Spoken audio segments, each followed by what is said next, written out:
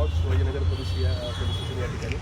माझ्याबरोबर माझे सहकारी भाऊसाहेब आजबे आहेत, रजत सय्यद आहेत. त्याचबरोबर खूप साऱ्या मोठ्या संख्येने इथून विद्यार्थी आहेत, परीक्षार्थी आहेत. तक्रार दाखल करायला आलो आहे. तक्रार आहे एप्रिल महिन्यामध्ये पुणे महानगरपालिकेची जी सिव्हिल ज्युनियर इंजिनिअरची जी एक्झाम झाली त्या संदर्भामध्ये त्याच्यात जो घोटाळा झाला. अलीकडच्या काळात मागच्या महिन्यात आपण पाहिलं असेल की नीट परीक्षेचा जो घोटाळा झाला, ज्याच्यामध्ये पेपर लीक करण्यात आला, तसाच या ठिकाणी पुणे महानगरपालिकेच्या ज्युनियर इंजिनियर परीक्षेचा पेपर हा लीक करण्यात आलेला होता.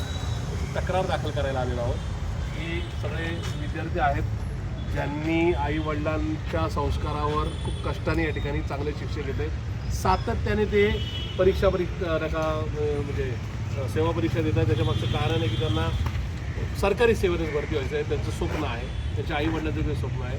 दुर्दैवाने अलीकडच्या काळामध्ये नालायक जे सरकारी अधिकारी ते त्यांच्यासाठी काम करणारे वेगवेगळ्या संस्था, म्हणजे या संस्थेचं नाव IBPS आहे, अशा संस्था विकल्या जातात आणि ते वेगवेगळ्या भागामध्ये परीक्षा घेत असताना तिथल्या विद्यार्थ्यांना पेपर लीक करून साधारणतः 25 लाख ते 50 लाख रुपये घेऊन पेपर फोडून त्यांना त्या ठिकाणी भरती करतात. अशा प्रकारचा आत्तापर्यंतचा मागच्या 8-10 वर्षातला अनुभव. मोदी आहे तो मुमकिन आहे, तसं त्यांच्या राज्यात पेपर फुटणंसुद्धा मुमकिन आहे. अशा प्रकारचा हा विषय आहे.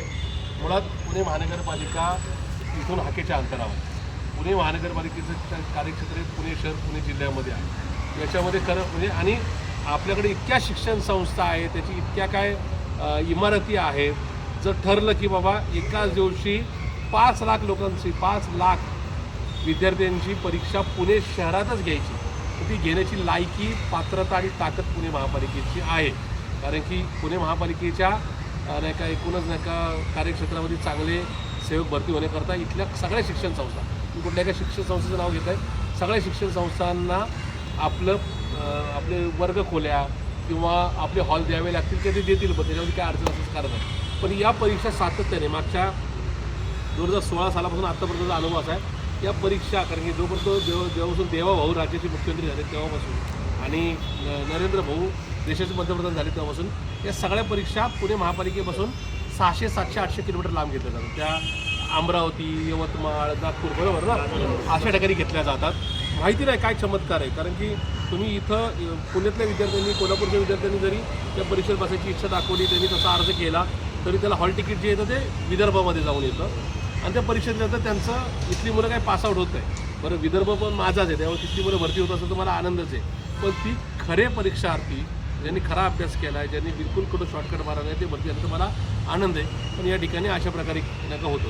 आता तुम्ही म्हणताल की नेमकी तक्रार दाखल काय करायला हवं. तक्रार अशी आहे की ज्या पद्धतीने गेल्या महिन्यामध्ये टेलिग्रामवर नीट परीक्षेचा पेपर फोडला गेला, बरोबर आहे, तसं तुम्हाला माहिती असलं पाहिजे की त्या परीक्षा केंद्रामध्ये आत्ता हे ज्या परीक्षा देतात किंवा इतर मुलं जी परीक्षा देतात त्याच्यामध्ये तुम्हाला मेटल डिटेक्टर क्रॉस करून जावं लागतं. म्हणजे तुमच्या हातात अंगठ्या, घड्याळ, चैन, बेल्ट, त्याचबरोबर नाही का काहीच्या नाही का शूजला ह्या असतात स्टीलच्या पट्ट्या असतात, तो शूज नेला जात नाही.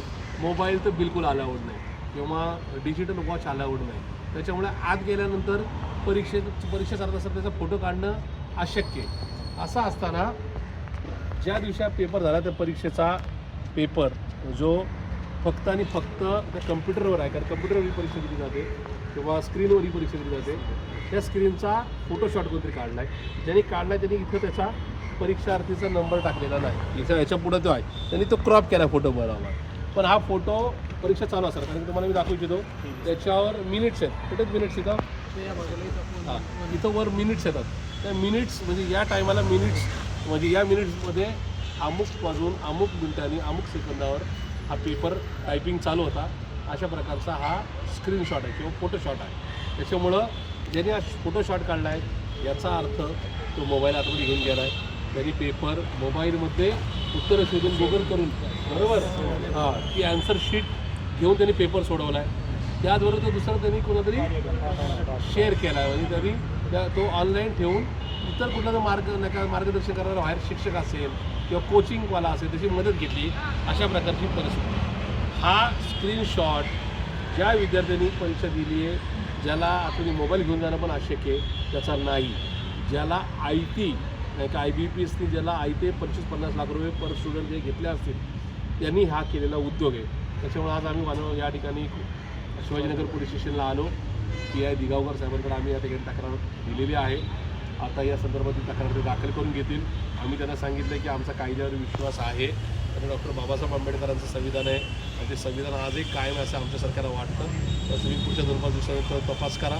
उद्याच मी पुणे महापालिकेचे आयुक्त श्री नवल किशोर राम यांना निवेदन देऊन रिझल्ट मागच्या काही दिवसापूर्वी जाहीर झाला आहे. त्याच्यामुळे त्या सगळ्यांना कुणालाही जॉईन करून घेऊ नका. जोपर्यंत या संदर्भातला काही निकाल येतो तोपर्यंत करून घेऊ नका असं मी विनंती करणार आहे. या विद्यार्थ्यांच्या बरोबर आम्ही आहोत. या विद्यार्थ्यांना बरोबर घेऊन आम्ही मुंबई हायकोर्टामध्ये याचिका दाखल करणार आहोत. या संदर्भामध्ये यांना योग्य ते नका जे काही तपास करून जे काही दोष असेल त्यांना त्यांच्यावर गुन्हा दाखल करण्याचे आदेश द्यावेत अशी विनंती करणार आहोत. शिवाय आमचे नेते माननीय राहुलजी गांधी यांनासुद्धा या संदर्भामध्ये थेट राज्य आणि केंद्र सरकारने ज्या काही चुका केल्यात त्या जनतेसमोर आणि माध्यमांसमोर मांडण्याची विनंतीसुद्धा करणार आहोत.